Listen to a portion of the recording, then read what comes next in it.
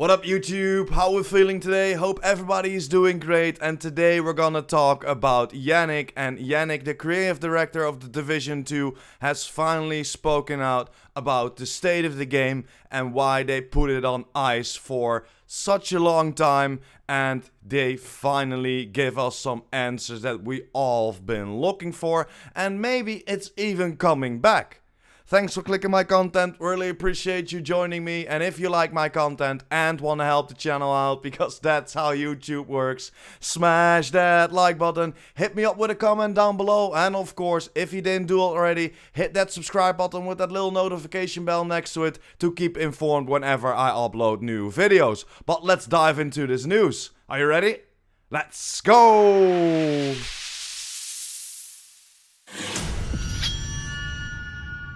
So yesterday, Yannick took to Twitter and had a whole long thread for us about state of the game and why they put it on ice, and talking a little bit more about it and giving us more information from especially things that happening behind the scene.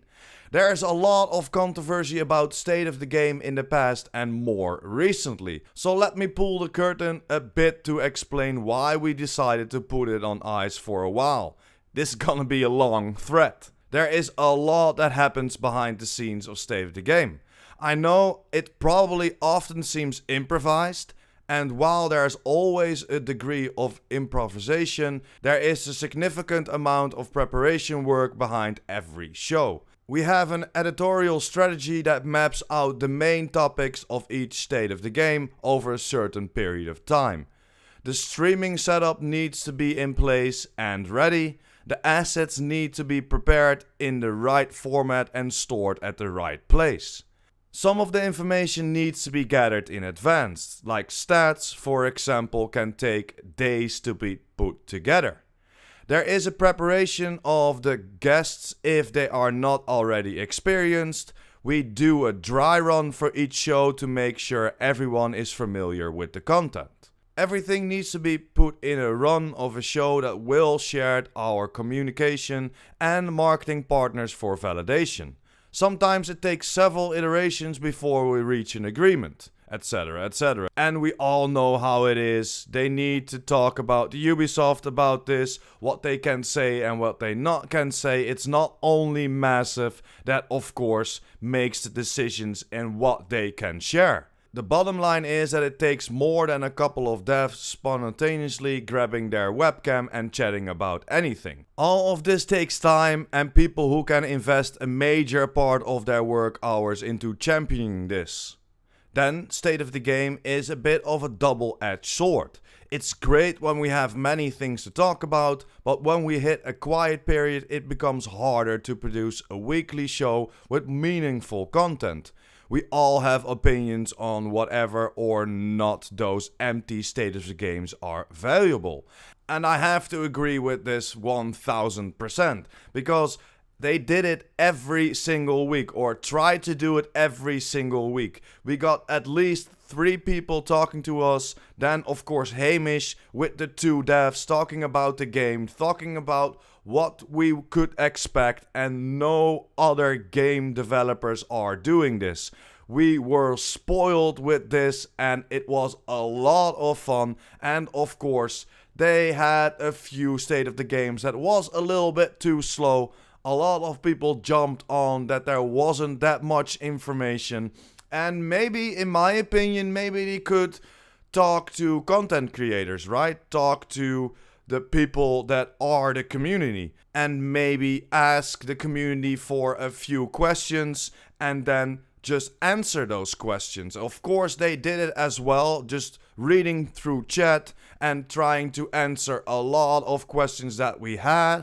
So maybe giving us some information beforehand, or maybe even reaching out to content creators or streamers, whatever you like to call it, within the community, giving them the opportunity to ask them a question and maybe iterate a little bit more on that, so we could get a little bit more community based if it was a little bit too slow, but then of course that's just my opinion. When we created State of the Game, our intentions was to have a regular rendezvous between devs and community. No matter if we would have news or not, we would have be there to chat and answer questions. We don't only show up to build hype, we're also here doing the hard times. And just like I said before, this is exactly right. Of course they read chat, but maybe they could done a little bit more. Maybe asking another community member, another streamer, you name it, name GC Rock, name other people, name DJ Dizzle for example, helping out the community a lot, taking a lot of agents through the raid and giving those agents the exotics that they deserve. We even did it with PPW, with my smaller community. We even took a lot of people through the raid, helping those people out, and maybe give us a stage then, right? Not that to get a shout out, no, we are the community, right? We are the people that help out. We know what the community thinks, so maybe we could get that stage, but let's go on before I lose track. But no matter how much we tell ourselves it's important as a human level, it's never easy to come to a show knowing you're going to frustrate a part of your audience. Sure, chat only represent a portion of the viewers, but we still come out of those questioning ourselves. What keeps us going is knowing there will be a light at the end of the tunnel, and that soon will come with good and exciting news. When we announced the new content will come, we knew it would be months until we had anything meaningful to share.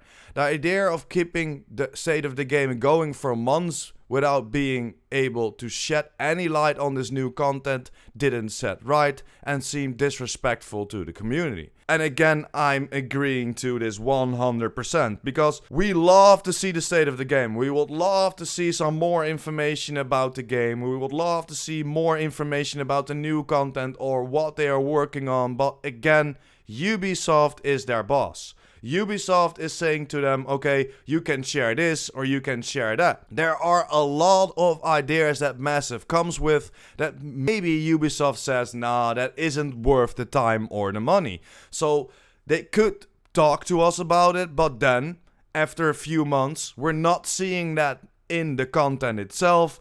That's gonna be a big disappointment. So I really understand why they just didn't go on with State of the Game. Of course, I would love to see more State of the Game, but if they don't have anything to talk about, you cannot just make a 6, 8 or even 9 months period of time every single week of the State of the Game and just inviting people just talk about the game. That's gonna get still very quick.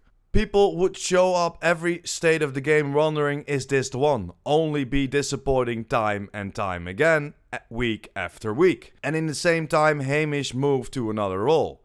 He was a major architect behind the State of the Game and his contributions go way beyond just hosting it.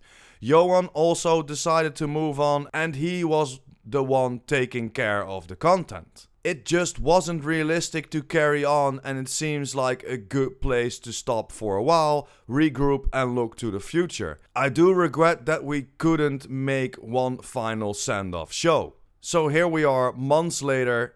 Will State of the Game come back when we resume communications? I don't know. I hope it will. I still believe in it. We will need the people with the drive and the time to dedicate to it. And so far we haven't found them. But I've always been an optimist. But yeah guys, that was pretty much it what Yannick had to say about State of the Game and what happened in the last few months. Like I said, throughout this whole thread, I think it was a good choice to not go for State of the Game again. Of course, I would love to see State of the Game, but if they don't have any information to give us, it's gonna frustrate the community even more, and I will see every single week from a lot of different content creators, they have nothing to say. Why would they do this? So I understand that they are doing this. And a lot of other content creators are understandable as well. There are of course a lot that still hate on the idea, but man, again, Yannick and all the crew around it, especially Hamish, mad respect for always turning up every single week and still addressing the community even while you had to bring us some bad news.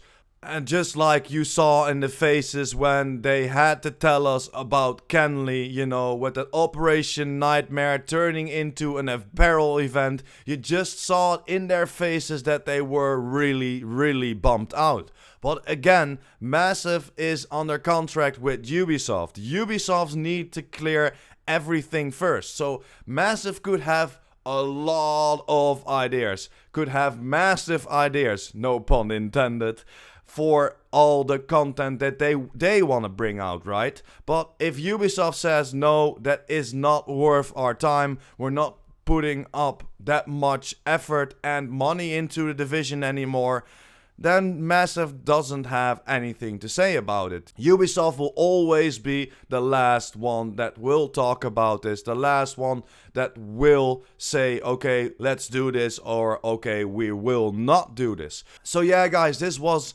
my vision on the threat of Yannick, and I'm very, very happy that they are bringing out a little bit more information. I'm very happy that Yannick took to Twitter and showed us what was really behind the state of the game and what was their thinking process.